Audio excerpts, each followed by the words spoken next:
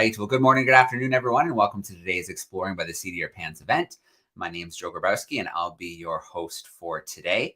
So this month, we've really we've had a mixed bag of events, but we've had a little theme going of ocean plastics. So we've been talking to some scientists, some explorers, some conservationists who are documenting the issue, looking for solutions, and making sure that we know what's happening, bringing the research right to us. So we've got a great event in store for today.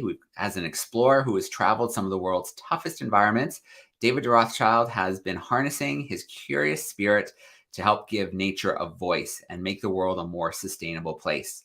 In 2006, he founded the Voice for Nature Foundation, an organization that uses exploration, adventure, and storytelling to give nature that voice. So in 2010, he spent 3 months crossing the Pacific Ocean from San Francisco to Sydney on Plastiki, a 60-foot catamaran made using 12,500 plastic bottles to raise awareness about the Great Eastern Garbage Patch and help drive solutions to our plastic waste crisis. So I'm going to bring David in live with us right now. Hey, David, how you doing? Hey, Joe, good to see you. How are you? I'm good. It's great to see you. It's been probably about a year since we connected to share some ocean action. It's always fun to see you, and thank you for inviting me back to get to chat. Yeah, of course. Well, we've got a great group of classrooms joining us on YouTube. We've got a bunch of camera classrooms with us who we'll get to see. They'll get a chance to ask some questions a little bit later. But I think you've got a little video to kind of introduce yourself, and then we'll go from there. Brilliant. Let's hit the show. All right. Hi, everyone. I'm David, and this is a little video. You'll see.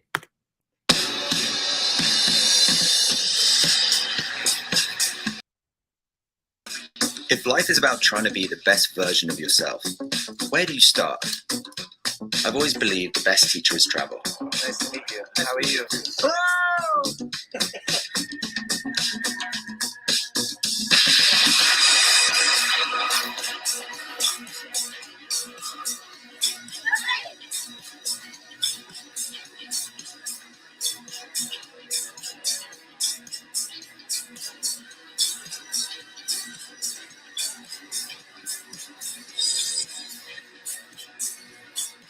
I'm David Rothschild, an adventurer and environmentalist, and I'm on a journey around the world to learn from those whose values and traditions embody the best parts of humanity, to unravel the common thread that connects us all. All right, everyone. Good morning. That was a little video of some of my travels. People always ask me, how do you become an explorer?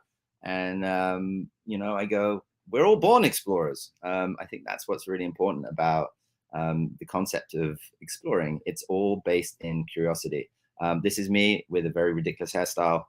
Not much has changed. It's probably a bit better then, at the age of about 3 years old. And I think the most important thing that I learned when I was, growing up was to try and just remain curious. Someone said to me once, curiosity is a human emotion. It's something that we all have in abundance when we're younger. But as we get older, we lose that.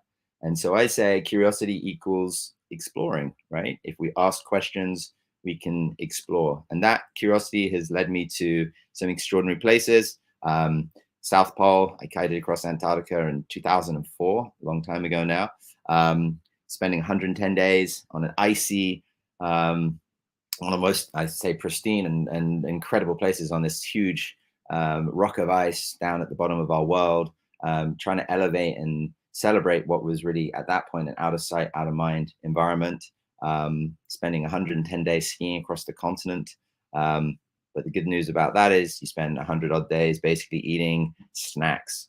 That's one of the perks of being an explorer. If people say, oh, I don't know if I can do it. It's like, think about all the snacks you get to eat. That's a pretty good reason to continue to be curious. Who doesn't love snacks? I went to the South Pole in 2000. This was 2004. So 2004 was in the South Pole. And then after I finished the South Pole, I went all the way up to the North Pole, sitting on this frozen ice ocean, again, for all these 100 odd days, trying to cross from Russia to Canada, across this incredible landscape that was shifting and melting. And it was during this period of time, actually, when I was talking to folks online at the time, which was very hard to do, using our mobile device, I was realizing that even though I was up there being chased by polar bears and having to jump over these huge open sort of leads of water, that a lot of the narratives that we were talking about, climate change, didn't feel connected. People, even today, find it hard to understand, what does a ton of carbon taste like? What does what does it look like? We don't know. We just see this big blue ocean above us. We hear about all these impending disasters, and sometimes it's not tactile. We can't feel it. We can't touch it. So it feels out of sight. And so a lot of my exploration was very much out there. And I realized, and I came back, that I needed to start to think about what I could do, in our everyday lives, which is how these are the dogs that we use to get across. They're so sweet, to get across the Arctic. Started to think about what we could do in our everyday lives. So I spent 110 days crossing this ocean, coming back, talking about climate change, reaching North Pole. People were, super excited for that. And I realized that we had to bring the message home. So I started reading about plastics in the ocean back in 2006, which is at this point kind of early, I guess, in this conversation. And I started to realize that, climate change we couldn't see or feel, but plastics we used in our everyday lives, and they were everywhere. We feel them, we see them, we touch them. I'm talking on a plastic device at the moment, in some form or shape.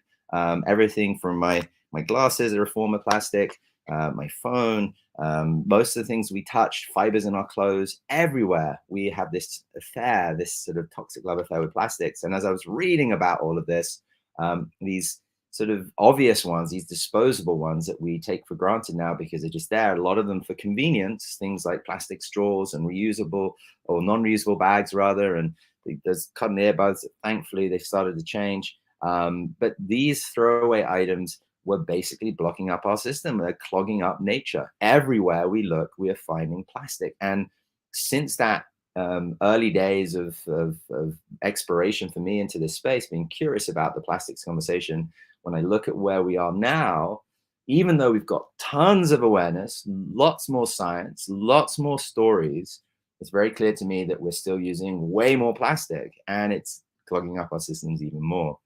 So when I started thinking about it, I was like, I have to change the way we look at plastic, not as waste, not as disposable, but as something that we can really truly build as a resource. And so that's when Plastiki was born. And as Joe was saying, the idea was, how do I build a boat made entirely of plastic bottles to sail across the Pacific?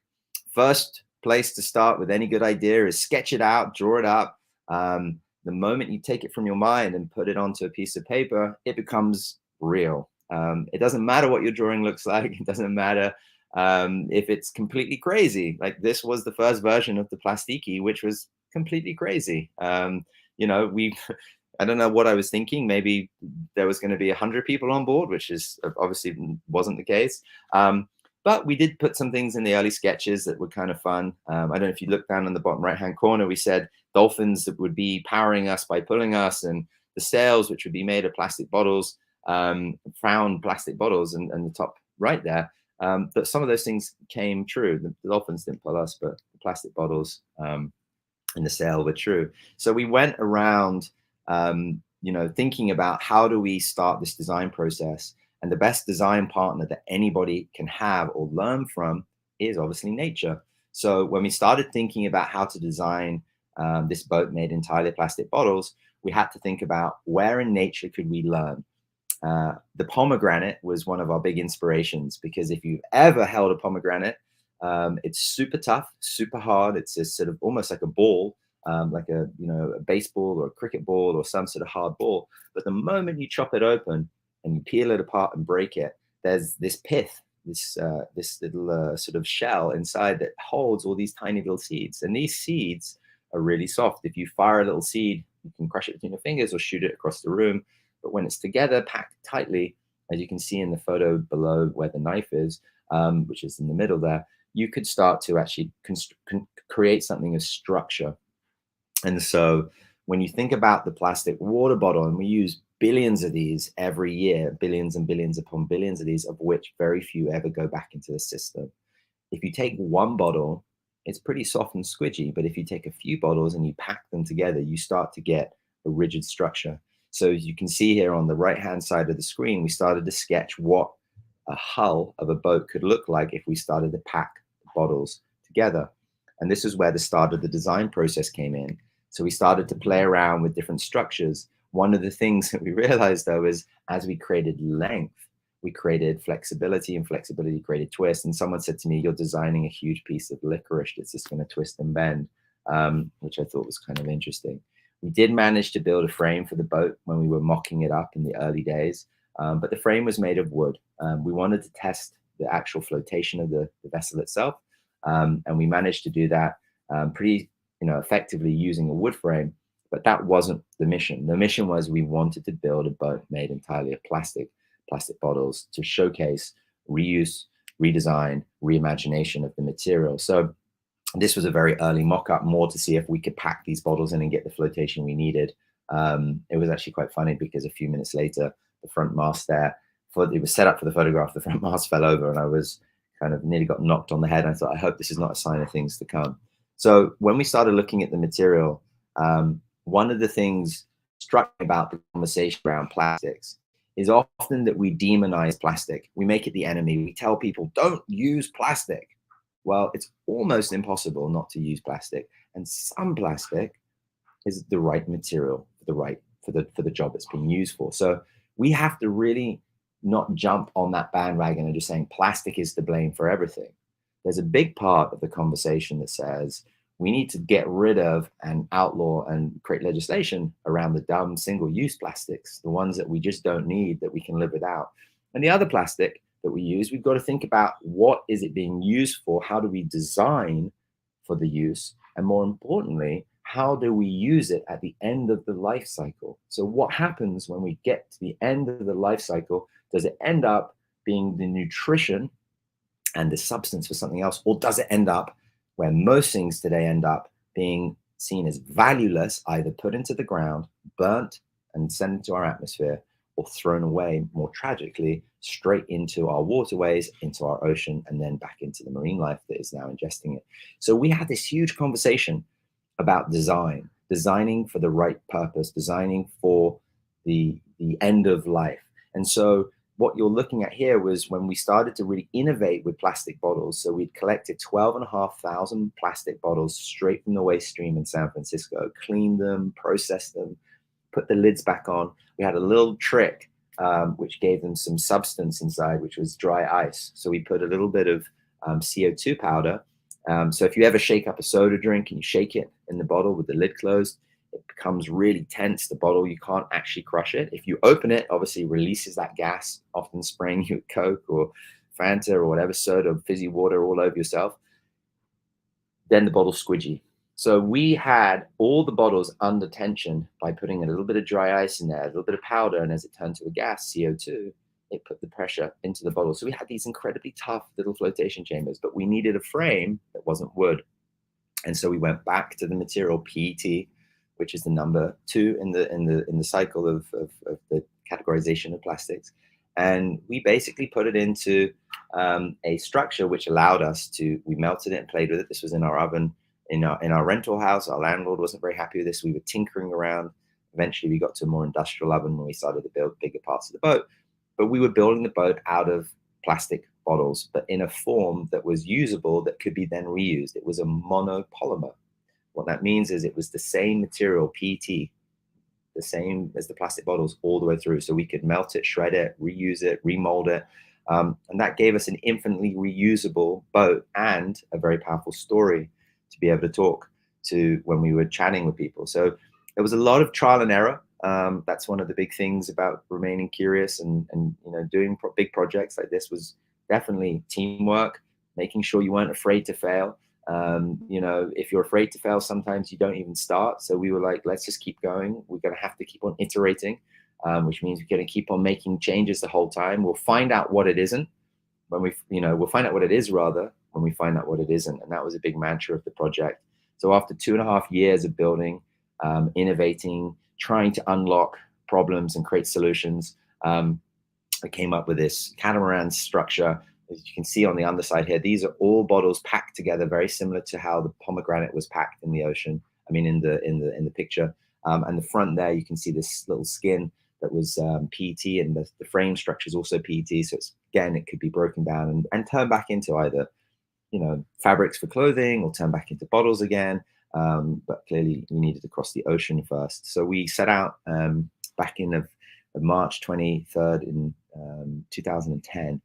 Sailing under the Golden Gate Bridge was probably one of the most exciting, nerve-wracking moments of my life. Here we were on this experimental boat, trying to sail across the whole Pacific. And someone said to me, "Why didn't you just sail across the bay?" But the mission was big. Our vision was big, and it still is. We need to live in a world where we can live in harmony with this material. It doesn't harm ourselves and doesn't harm other species, but actually is used in a way that is smart and intelligent and is the best use of the resource. Right now, it's a bad use of the material. So we set off on this journey that would end up being 11,000 plus kilometers at sea. We went from San Francisco, 45 to 50 days on our first leg of the journey. It was this incredible moment where you leave land behind, and everything that you've been working for, you have to trust in that system that you've done it right. And then you've also got to trust that Mother Nature, the ocean, gives you a chance to cross and be in her environment. Because at the end of the day, nature is bigger than all of us. And we are merely passengers on Spaceship Earth. Not very good passengers, but we're passengers. So you have to kind of look at the system as a whole and realize how fortunate we are to be on this incredibly rich and diverse and beautiful planet that we live on. We were growing our own food on the back. We had a vertical garden that we were growing, as you can see in the bottom right there, growing, leafy kale and all these other veggies that we could then snack on. Every day was about communicating our story. We were a message on the bottle, checking the bottles, making sure that they were all intact as we sailed across the ocean, this hypnotic blue Pacific that we would float in and dive under and make sure that everything that we had designed was holding up and wasn't falling apart, which would have been a disaster. Luckily for us, it wasn't. Lots of time in the water, checking out things. Life on board is extraordinary. You're confined with everything. You have your own water there, your own food there. You have to deal with waste. You have to deal with all the things that we deal with on a daily basis, but in a microcosm, in a tiny little space. You have what you have. Can't get anything else. And so it really felt like a journey for me of kind of exploring our limits and then messaging that back to the world as well. It wasn't just about plastics, but it was really about sitting on a planet that is finite resources. We created this false illusion that there was this endless horizon that we would keep on, being able to just be given this gift of consumption and nature, and all these things would come to us over and over and over endlessly. But the reality is it's a finite pool of resources. And that horizon line is fast approaching, where we realize that what's on the other side might not be something that serves us. In fact, it could be a dramatic edge that we fall off if we don't start to figure out how to sail the ship more efficiently, or Spaceship Earth, I should say, more efficiently. So we basically spent the best part of 4 months at sea on this vessel called Plastiki, which was a homage to Thor Heyerdahl and the Kon-Tiki, sailing, or as I said, from San Francisco to Sydney. There was definitely a few more circles in this little in this graph. I remember when we finished, there was this big crowd waiting for us, and everybody was super excited. And they said, "Well done, you've achieved this great thing, and you've sailed across the Pacific, and now what?" And I remember saying exactly at this moment, as I was kind of overwhelmed, that's me in the pink hat there. I remember saying to the audience and to the media, I said, "Well, now we have to, start the real work, and now it begins." And we had this sort of vision of trying to eliminate and legislate and create a pathway that would reuse this material in a smart way. And tragically, to me, we're still, we're still at a state which is much more in line with where we were, which is disposability, consumption, and convenience, which means that we throw away stuff, versus creating a closed loop economy, a space where things could really come, full circle and be used, as I was talking about, as nutrition for other materials and other objects. So it's definitely, we've come a long way. We've seen in the last year, there's been a UN, sort of everyone's comparing it to the COP process, the convening of parties for plastics. So it's the equivalent of that, where there's some consensus around tackling pollution. But if we go down the same path that we've gone down with our COP movement, we're on COP 27 this year in Egypt, We don't have 27 years to wait. We don't have time to talk about the problems and just discuss what we can do. We need to move forward with what we can do. We need to get rid immediately of these single-use items and swap them out for things that we know we have today. These completely reusable containers, things that we can use in our everyday lives. But bigger than that, we need system change. We need to go back into our inner explorers. All of us need to go back to that childlike state, especially the politicians who unfortunately lose that curiosity, and reimagine what the world can look like. Reimagine what the world looks like where we don't think that we are outside of the web of life, but reimagine it where we are in part of that web of life, where we are, a string in this beautiful web. And so we have an opportunity today with all the tools that we have to do something extraordinary. And we have to go back to our locally elected leaders. We have to go back to businesses that we consume from. And we have to go back to our community and to ourselves and look at ourselves and say, what can I do differently? What won't I accept anymore? Because there are alternatives and there are ways that we can do this where we don't need to wait until you guys are my age, which is, in my early 40s and 20 years or maybe more, to try and get somewhere when we can do everything that we know we need to do today, now. So we're living in the present. You guys are the clean force and energy behind everything. And I look forward to chatting with you right now. So thank you very much. Thanks, Joe, for that.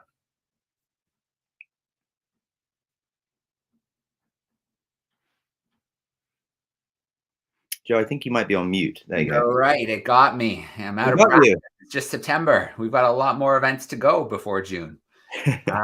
All right, awesome. Well, David, thank you so much for a great presentation as always. And I think, the really highlighting, like you do, that not all plastics are bad materials. We just use them in a really negative way. We don't think about that circular economy, how we can use them again, and we don't think about how we're using them when we're just using them once and throwing them away and gone. Yeah, it's a really, I feel like this is, we tend to have these knee-jerk reactions to a lot of the problems that we face, right? So, we've seen it over and over again where we identify that there's a problem. We suddenly say, oh, there is a problem, and we're just going to cut it out, or we're just going to stop it. And we don't necessarily understand what that means for the system, because everything is interrelated and interdependent. And in some instances, yes, stopping things is vital, but how do we replace it, or how do we support that shift and that change? And so that, I think, is a big one, especially with plastics, because I do hear a lot of people say, well, plastics is the enemy. We just got to get rid of it completely. But if we were to get rid of it completely, then what do we do with life-saving devices that people are using? Or what do we do with materials that are actually way more efficient because they're lightweight and that they can be reused, and that actually that's the best choice of material for the job it's doing? So it's a really, it's taking things step by step and looking at the system. All right. Well, I've got a little Kahoot quiz queued up here to give our classrooms a little interactive action. I pulled a few questions together as you were presenting. So if you're in your classroom, there's the address right there, kahoot.it. And I'm going to share my screen. You'll see the PIN number shortly. If you have one-to-one technology, you can play right at your seat. Otherwise, your teacher could bring it up on the board at the front and you guys can shout out your answers. So let's get that screen share going here.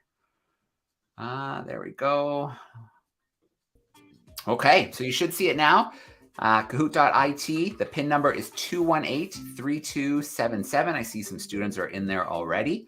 We'll give another minute or two to get some students in. Just a reminder, there's going to be 4 questions today.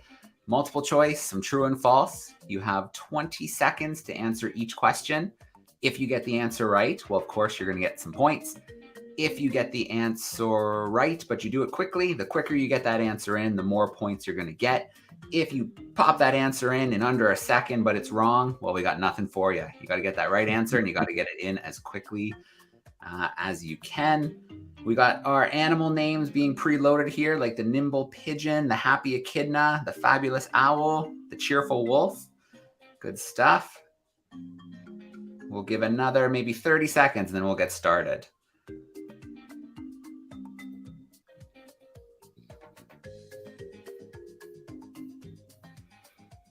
Oh, it must be a class that just came in there. We had like 20 jump in there really quickly.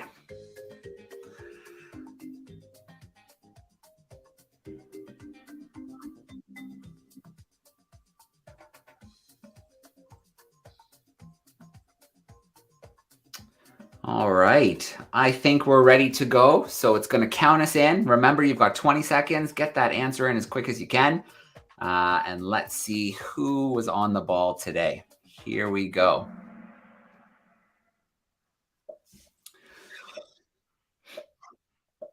All right. First question. How many plastic bottles made up Plastiki? Was it 3,000? Was it 6,500?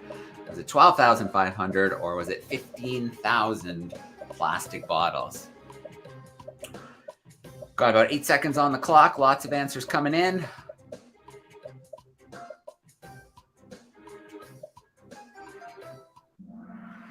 All right. Overwhelmingly went with 12,500. Good job, crew. Let's jump into our next question. We've got the cheerful wolf in first place, but it's tight. Let's see what happens. True and false one here. Snacks are a great perk of exploration. Is that true or is that false? I think this will be a nice easy one. Nice softball question. Couple more seconds. Everyone needs a snack name. I'm Snack Cousteau. I like that's a really good one. You got to think about your snack name. Yeah. You had that ready fast. I feel like that's something you've thought about before. Oh, yeah. All right. Overwhelmingly, we went with true. The cheerful wolf is holding on to that top spot, but there was movement at the bottom. Let's go to question 3. Which fruit was an inspiration for Plastiki's haul? Was it apples, pomegranates, oranges, or breadfruit? Oh, those answers are coming fast. Sure are. 5 more seconds. All right. Good job, crew. We went with pomegranate. And the champion slot has taken that top spot. We have movement. We got movement from a sloth. That's pretty cool. Yeah. All right. This is what it's all going to come down to. This is the final question. Is it true and false? Plastic is always a bad product to use. Is that true or is that false? Wow, the students are fast today. That was like 57 answers in 3 seconds. Not bad.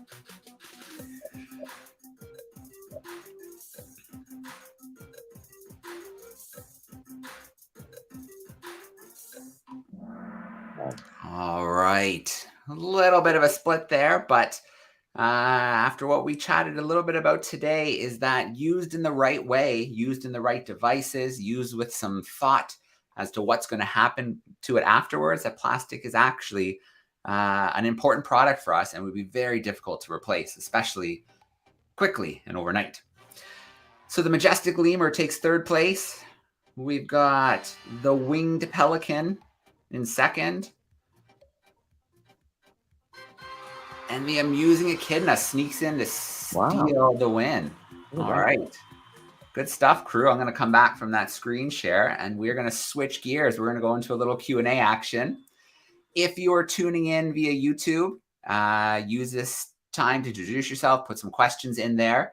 But for now, let's get started with some of our live classrooms. We're going to go right to Miss Foster's crew in Alabama. Looks like some 8th graders hanging out with us. Let's bring them in.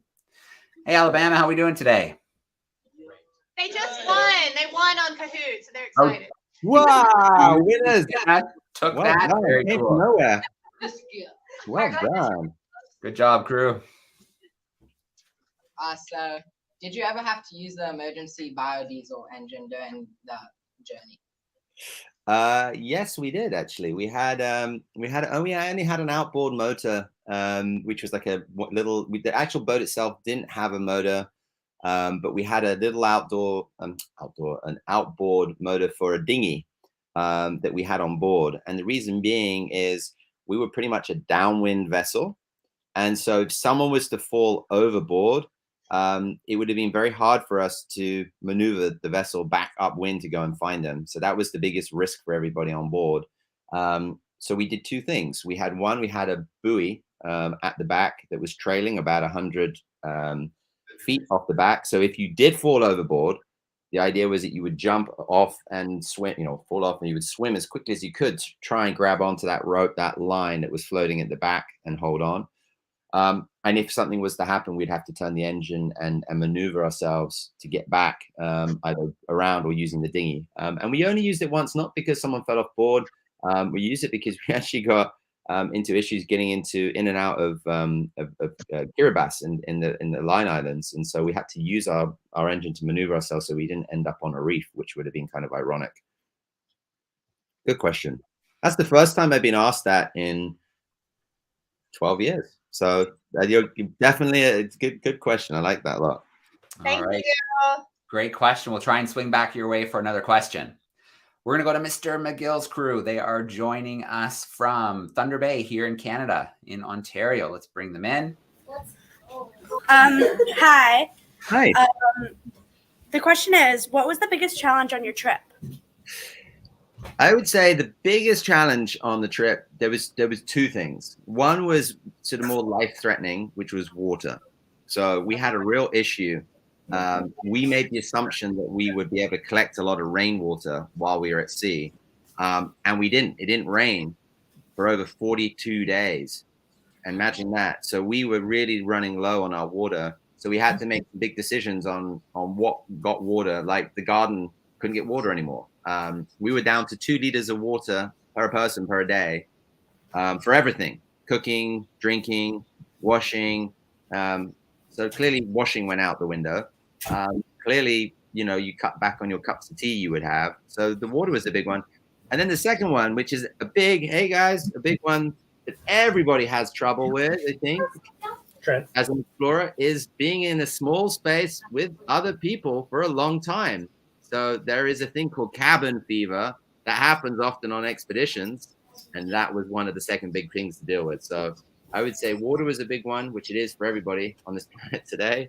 And then, in a way, living with each other is another big one that we could all probably learn from. We have cabin fever on Spaceship Earth, it seems. All right. Great question, Mr. McGill's crew. Thanks, Thank Thunder you. Bay. Let's jump over to YouTube. We've got a grade 6 class. Miss Dempsey's crew are hanging out with us. And they would like to know if, while you were in the Arctic, did you notice any garbage? Yes, we did actually. It was less actual. So near land where we're taking off, we noticed garbage. But the thing that we noticed was pollution, and pollution takes all forms. And one of the things we noticed on the ice was soot. And so we would notice a lot of soot building up. Now, that may seem, okay, well, we got a bit of, pollution in the air and it landed on the ice, big deal. Well, one, it shows you how small our planet really is. But two, the thing that it also does is because the soot was black, it would start to then change the structure of what ice does. Ice is white and it reflects heat back out up into our atmosphere. We need those white ice caps to regulate temperature. So all of a sudden, if there's a big blanket of soot across the ice, all of a sudden, this ice goes from being white to black. Now it becomes an absorber of heat, similar to when the ice melts and the water's there. So yeah, we saw signs of what I would call human fingerprints throughout the Arctic, sadly. And even now we're reading reports, a lot of scientists in Antarctica, Greenland, in the Arctic are reporting a lot of fragments of pollution frozen into the ice as well, plastic. All right. Great question from our grade 6 crew online. Where are they joining us from? They'll have to send me a message. Oh, Sudbury, Ontario. Very cool. Okay. Let us go to Miss Guthrow's crew. They are joining us in Ohsweken, Ontario. Very cool. Let me bring them in. Hey, 6-7s, how we doing? There they are. I'm answering some questions online for you guys as well when you're giving the question.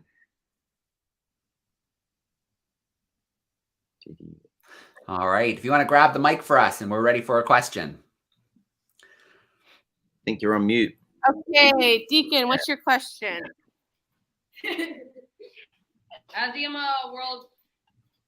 The big climate change back in 2019, was that climate change back in 2019 the big one, the climate change where stuff I can't. Sorry, 1 second. No worries, it's all good. That's okay. It sounds like he's asking about maybe one of the COP.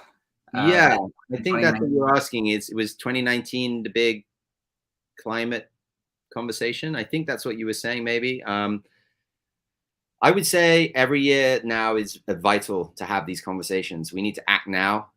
We're running very short on time. I know this is something that, you know, adults love to say a lot, and scientists have been telling us for a long time. So every year is vital. The next 5 to 10 years are going to be the most important in all of our lives to try and resolve what is really a human-centered emergency, which is we are not acting on the solutions that we have, and we're not acting on science. And I would say, you know, there was one moment in the world that we all lived through recently, which we're still living through in a lot of countries, which is with the pandemic.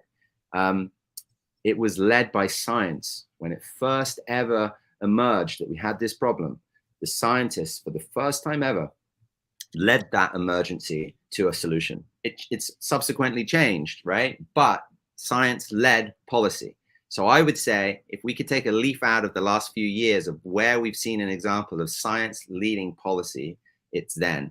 And I would say we're not doing that now. We haven't done that for the last 27 years. Science is not leading policy. So we need the scientists who know the facts, who have the answers to some of the biggest problems we face. We need to factor that into our everyday lives. So I hope that answers some of what you might be asking.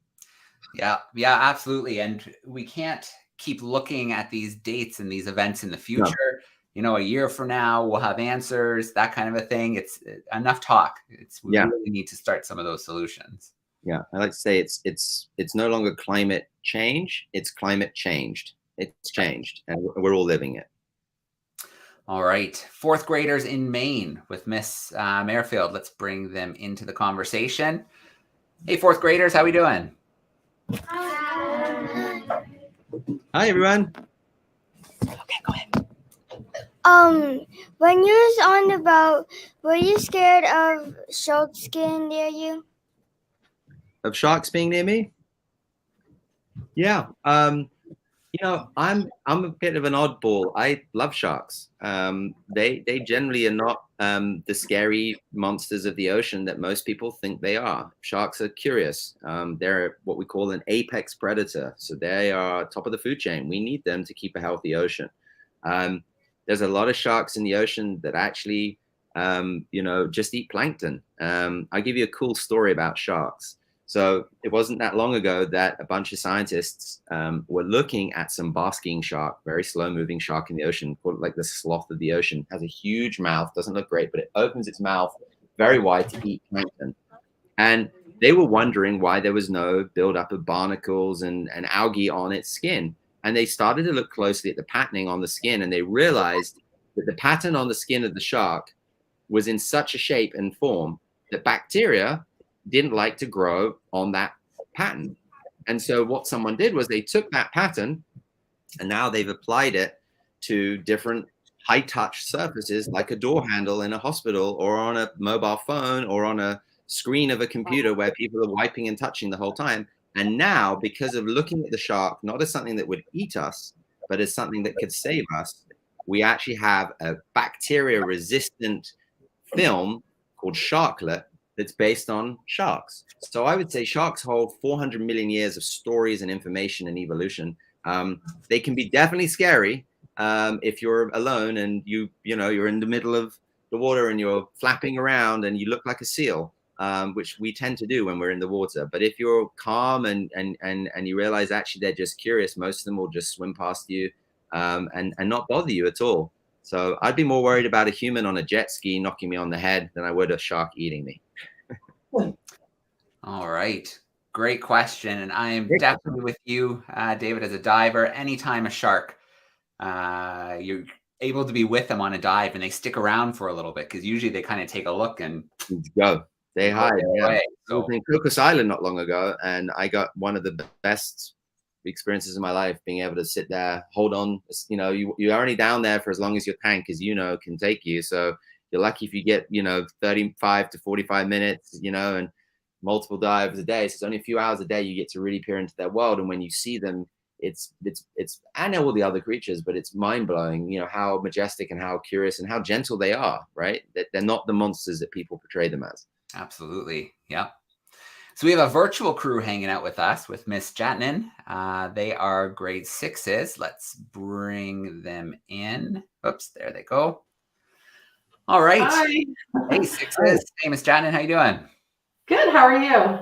Good, good. Nice. Thank you for having us on. So our kids are all interested in how you collected all the bottles. Was there a place that you went? Yeah. So we went to there was a collection facility that was collecting bottles, and we went to talk to them, and we had a conversation. It was funny actually, because when we started the project, it was, I'll tell you quite an interesting observation story, which was, it was 2008 that we started really collecting, bottles and looking at recycling. And I don't know if everyone remembers, but in 2008, there was this very big crash in the economy, and everything crashed, right? And one of the things that actually crashed was the secondary market for recycling. And so a lot of the materials became very cheap all of a sudden, and they weren't getting the reclamation money. So all of a sudden in San Francisco, which has a fairly large homelessness population, every day these big organizations would put their trash out, businesses, and a lot of homeless people would come along, grab their trash and take it to the recycling center. And they never noticed this. And then all of a sudden, when the price dropped, all these people who thought they had collection actually didn't have collection, and it was being left on the streets, said they're organizing it, and they were so confused. And they were like, wait, I thought we were already getting the stuff collected, and they weren't. And so a lot of businesses were realizing that, wait, there's actual value in this material. And so it was a real example of someone's waste is someone else's income or resource. And so that was a big, interesting part for us. We went down and we made a deal because we had a very specific size bottle that we wanted. So we wanted a 2-liter bottle, which is like a large soda bottle or water bottle that you get, because that was the best size to fit into the frame. And so we went down there and we said, hey, we want these 2-liter bottles. And they said, great, you can dig them out. And so we basically would be delivered these huge sacks of bottles. We'd pour them out onto the floor of Pier 29.5, which is where we were in San Francisco. And we'd spend, tons of time grabbing. First stage was to grab the bottle. Second stage was to look at the bottle and realize what condition was the bottle in. So sometimes someone would take a bottle and they'll crunch it up, put the lid back on and squeeze it down into a little itsy bitsy size. Sometimes it get crushed in the way or be damaged. And so we had to go through thousands upon thousands of bottles to find bottles that we thought the integrity of the actual bottle itself would last and it would hold the pressure. And then we had to go through and I made the choice trying to make sure that they were all the same color as well. They were clear, because we don't want any dyes in the plastic. So it was much easier to recycle it and all these sort of things. So it was a pretty strenuous process of searching, discovering, finding them. But we had a relationship with one of the big recyclers who would come in and thought it was quite novel at first and got quite excited. And then I think they were like, okay, we have to drive to you to pick up the bottles, and it became a bit complicated, but that's how we found them. Good question. Thank you. All right, great question. 5-6s joining us with Miss Marshall. If you want to unmute, we're ready for you.